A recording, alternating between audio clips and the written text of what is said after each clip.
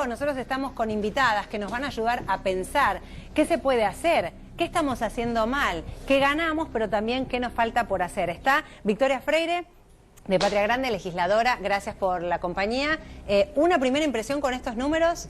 Bueno, lo primero hay que decir es que son muy necesarios los números, ¿no? Hace muy poquito la Corte Suprema de la Nación empieza a relevar de qué hablamos cuando hablamos de violencia de género.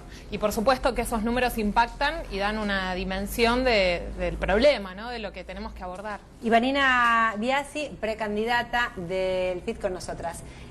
Lo mismo, duelen, son necesarias, pero ¿qué sentimientos se te cruzan? No, son cifras crudísimas. Hace 2 años que estamos movilizándonos masivamente, denunciando este estado de situación, y creo que ponen en evidencia en un punto la asimetría que hay entre la enorme conciencia y la movilización popular que se ha generado con esta temática y la ausencia absoluta de respuesta, y hasta incluso encontrarnos con que el Estado le da la espalda a esta temática, ¿no? Una de las cosas que dijo en esta entrevista que dio Hayton de Nolasco es que en realidad no faltan leyes, sino que las leyes están, pero sí faltan políticas preventivas. Cuando hablamos de prevención, a mí se me viene a la cabeza desde campañas, desde refugios, atención a las mujeres. Digo, ¿por dónde atacar primero? ¿Cuál es la prioridad ahora? Bueno, para la prevención Sí. es fundamental, hay distintos tipos de prevención, ¿no? O sea, ¿qué hacemos cuando una mujer ha denunciado una situación de violencia? ¿Qué circuito debe hacer para poder ser atendida y asistida? Pero también hay una prevención bastante más profunda y a largo plazo que tiene que ver con la educación sexual integral.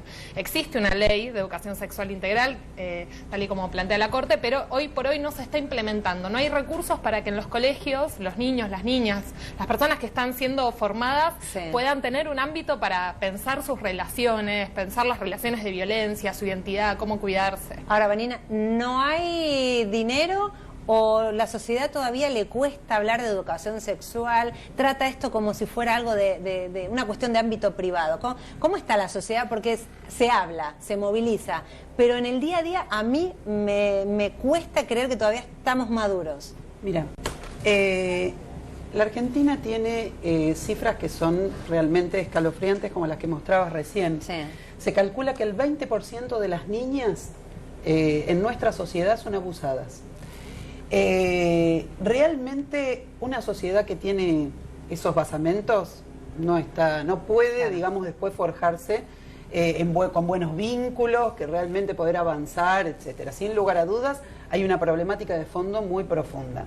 Ahora, lo que conocemos como la sociedad, aquellas personas que en general, digamos, no tienen responsabilidades de Estado, etcétera, realmente han hecho de alguna manera lo que pudieron, se organizaron, se juntaron, buscan mecanismos de defensa, etcétera. ¿Frente a qué buscan mecanismos de defensa? ¿Cuál es la realidad que hoy tenemos? Mira, yo he intervenido últimamente en un caso muy escandaloso de trata de personas en la ciudad de Buenos Aires. Intentos de denuncias en la policía que no son recibidas cuando desaparecen las chicas inmediatamente. Estamos hablando de la desaparición de una chica de 14 años. Luego, una fiscalía y un juzgado que no investigan adecuadamente porque presumen que una chica de 14 años que desaparece se va de manera voluntaria. En este caso sabían por dónde venía la captación y sin embargo lo identificaron como que, bueno, era un noviecito que tenía, de 30 y pico de años, pero noviecito que tenía. Luego llegamos a un juez federal porque demostramos que había trata de personas. El juez federal se declaró incompetente, es Canicoba Corral. A mí me tocó tener una entrevista con la Cámara de Apelaciones donde llevamos la causa y le dije a 2 camaristas, discúlpeme, estamos a punto de cumplir 9 años, 10 años de la aprobación de ley de trata de personas en este país. Un juez federal todavía no sabe lo que es la trata de personas. Entonces te quiero mostrar esta asimetría de la que hablaba antes. Pero te puede tocar un fiscal o un juez con una sensibilidad increíble y te salva el caso, pero no puede ser que estemos sujetos a la sensibilidad de una persona. Walter, los medios en esto también tienen impacto, ¿no? La sociedad, el sentido común. ¿Qué testimonio tenés? Sí, no, que por ejemplo hoy generó polémica en los dichos de Lucía Galán, que ella haciendo referencia. ¿Los tenés? Está el testimonio. Vamos a escucharla. Podemos escucharla a ella en persona. Dale. ¿Crees que falla? Primero falla la conciencia de los padres de poder tenerlos que criar. Falla que Hay mujeres que quedan embarazadas para recibir asignación por hijo. ¿Vos crees eso realmente? ¿Realmente crees eso? ¿Que creo eso? Sí lo veo, no es que lo vea. Lo veo. O sea, ¿pero cuánto asignan por hijo versus criar un chico? No, es que lo quedan. La mayoría de los que tenemos hogar, nos dimos cuenta, estaban cuando la asignan por hijo y no estaban dando. No, ¿pero vos crees que los dedican para eso? No estoy hablando de la mayoría y no estoy hablando que no sea nada la asignación. Estoy hablando de que no hay control de que ese dinero vaya realmente a su hijo en un estudio, en buena educación o en el colegio, que es para eso, es para darle ¿Vos crees que realmente hay gente que planifica tener un hijo para cobrar? Porque vos hablas de la conciencia de los padres, ¿vos crees que hay suficiente información de poder tener los hijos que pueden criar? Bueno, eso es algo mucho más estructural, Luz. Sí, o sea, que una condición añadas esté capacitada, digo, vos sabés, chicas de clase media que quedan embarazadas, sí. Claro, Sí. entonces imagínate esto en, digamos, las sectores más vulnerables. Bueno, no es nuevo. No es nuevo. La verdad que lo dicen mucho, más allá de que duela y que alguien ponga en duda de que eso realmente existe o no, es real. Y ella lo decía en base a los chicos que ellos tienen en el hogar Pimpinela, donde con su hermano Joaquín han criado hace muchos años y ayudan a muchos chicos. Ahora, recordemos que también han tenido el caso del accidente. Claro, lo llamativo en este caso es involucrados. la liviandad de decir, bueno, yo veo chicas que se embarazan para cobrar, y cuando una de las periodistas le dice, pero ¿cuánto es la asignación? ¿Vos crees que alguien puede planificar un embarazo y que con la asignación se van a salvar? ¿Qué ayuda? ¿Ponen palos en la rueda? ¿Qué pasa con estos mensajes en un momento con 714 mujeres asesinadas? Y yo creo, me genera muchísima indignación, la verdad, que sigan reproduciendo este tipo de mensajes que lo único que hacen es criminalizar a la mujer que está en esa situación o a la niña que está en esa situación, ¿no? Nuevamente la responsabilidad recae sobre ella, así como escuchamos también en los medios de comunicación que ante un caso de violación, un caso de femicidio, claro, hubo una provocación, ¿no? De alguna manera siempre se busca la culpa en la persona que se encuentra en situación de víctima y no se entiende y para nada se problematiza, porque en verdad lo que son respuestas fáciles que se repiten una y otra vez, pero no se problematiza la profunda desigualdad que existe en nuestra sociedad en todos los términos, tanto sociales como de género. Totalmente. Por una opinión no por una opinión, sino por opinar y por actuar en consecuencia. Nuestro bloque político provocó la destitución de Julián Dindart en la Cámara de Diputados de la Comisión de Mujer y Niñez, porque no solamente el hombre opinaba esto, sino que lo aplicaba en su provincia cuando era ministro de Salud de la provincia de Corrientes. Hay gente que repite, pero hay gente que genera opinión pública. Claro. Cuando en los medios de comunicación Galán sale a decir esto, o Julián Dindart sale a decir esto cuando era responsable del Estado, que tenía mucho que más resolver grave, la situación, claro. La gravedad es absoluta. Nadie la va a condenar por opinar. Lo único que vamos a decir que está un poco sesgada la opinión. Igual que... me llamó la atención a mí positivamente que los periodistas que estaban ahí le dijeron, ¿de verdad crees eso? Nancy Paso le dijo eso. No, varios de las y ella lo reflejó el trabajo que hacen con el hogar, ¿no? De que ellos pero bueno, yo de alguna manera están involucrados. Sí, pero eso de yo lo veo, yo también puedo decir, en mi casa, en mi barrio puedo decir lo que yo veo, entonces esa es la realidad del país, es como poco serio, ¿no? Poco responsable. Estamos en campaña electoral, el día de hoy ya empezaron los spots, una catarata de spots por todos lados. A ver, hablemos de proyectos. ¿Qué pasa en caso de llegar a representarnos? Son precandidatas. Hablemos entonces de qué se puede hacer. ¿Faltan leyes? ¿Falta que se aplique? Bueno, contamos con un montón de legislación, pero lo que necesitamos claramente es presupuesto y políticas públicas, es decir, ejecución y aplicación de esas legislaciones.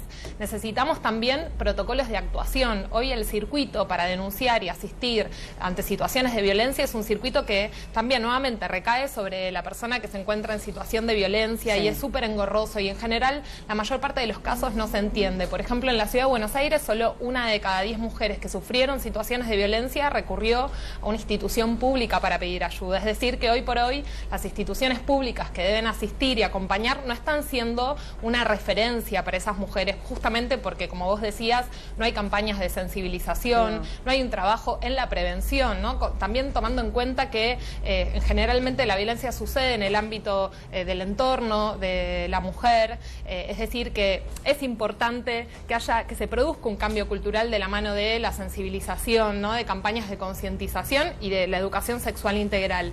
Y después por supuesto, poder contar con presupuestos para que existan refugios, para que existan centros de atención, para que se multiplique la ayuda a aquellas mujeres que se encuentran en situación de violencia, también apuntando a su autonomía económica. Bueno, yo estuve en un refugio en Bursaco y la verdad que es grandioso el trabajo que se hace a pulmón. En ese caso el Consejo de la Mujer de la zona apoya, pero también tuvieron la suerte de que encontraron un circuito donde fue viable esto. Pero el mayor temor, yo hablé con mujeres que habían, justo llegaba una mujer con sus hijitos y decía, llevaba meses pensando esto y no me animaba porque mi miedo era, voy una semana y después me tiran a la calle. ¿Hace falta más refugios? Mira, hacen falta muchísimas cosas. Nosotros, el Frente de Izquierda es una fuerza nacional que hoy tiene representación parlamentaria en varias provincias.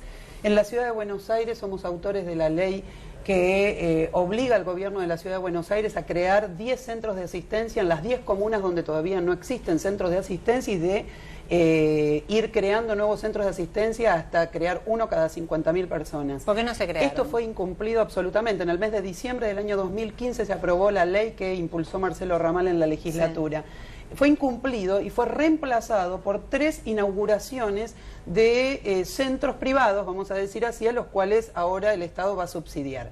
Los centros privados no lo que hacen las ONG, etcétera, muchas veces es muy positivo, no reemplaza lo que debe hacer el Estado de ninguna manera. Hemos impulsado otro tipo de proyectos de ley, por ejemplo, la extensión de las licencias por maternidad y paternidad en el Congreso de la Nación. No tuvimos éxito ni durante el gobierno anterior ni durante el gobierno actual al respecto de esto. Por eso pensamos como fuerza política, primero, que nuestras listas están todas integradas por mujeres, compañeras que han sido parte de este movimiento de mujeres en los últimos 20 años y particularmente en el impulso que le dimos en los últimos 2 años. Y al mismo tiempo pensamos que tenemos que combinar la tarea parlamentaria con esta creciente organización de la mujer, porque a la vista está que no quieren dar respuesta a nuestras demandas. ¿Tiene que haber casas refugio? Por supuesto que tiene que haber. Pero a esta altura del partido, después de haber tenido 500.000 de personas en las calles reclamándolos, hay que pensar por qué. Ni este gobierno ni el anterior los quieren poner en pie. Este gobierno se comprometió hace 1 año apenas atrás, hizo mucha presentación, etcétera, con la presidenta del Consejo Nacional de las Mujeres, con Stanley y con Macri, se comprometió a poner en un plan plurianual 750 millones de pesos en la creación de 36 casas refugio. De esto hay poco y nada. Entonces realmente tenemos que dejar de estafar a la población y aprovechar este nuevo periodo electoral para darle un impulso a quienes defendemos Bueno, ahí está. Sabemos que ambas están muy comprometidas, una militancia desde los primeros años, así que les agradecemos la lucha, que lleven esa bandera y que motiven a tantas otras mujeres de las viejas generaciones como yo, de las medianas y de las nuevas. Así que de verdad, éxito a las dos en las PASO ahora. Gracias. Hasta la próxima.